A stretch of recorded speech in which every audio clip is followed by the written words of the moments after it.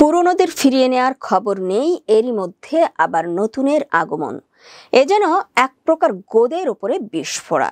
এমনিতেই কক্সবাজারের টেকনাফ ও উখিয়ার বিভিন্ন ক্যাম্পে থাকা 12 লাখের বেশি রোহিঙ্গা নিয়ে নানা চ্যালেঞ্জ ও ঝুঁকির মুখে আছে বাংলাদেশ।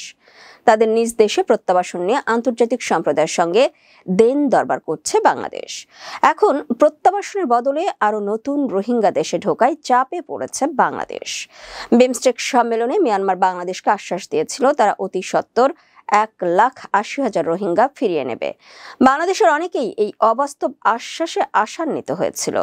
এর মধ্যেই নতুন করে 1,30,000-এর অনুপ্রবেশের খবরে তারা বিচলিত হয়ে পড়েছে। মিয়ানমারের রাখাইন রাজ্য থেকে গত শনিবার পর্যন্ত নতুন করে 1,13,000 রোহিঙ্গা বাংলাদেশে ঢুকেছে।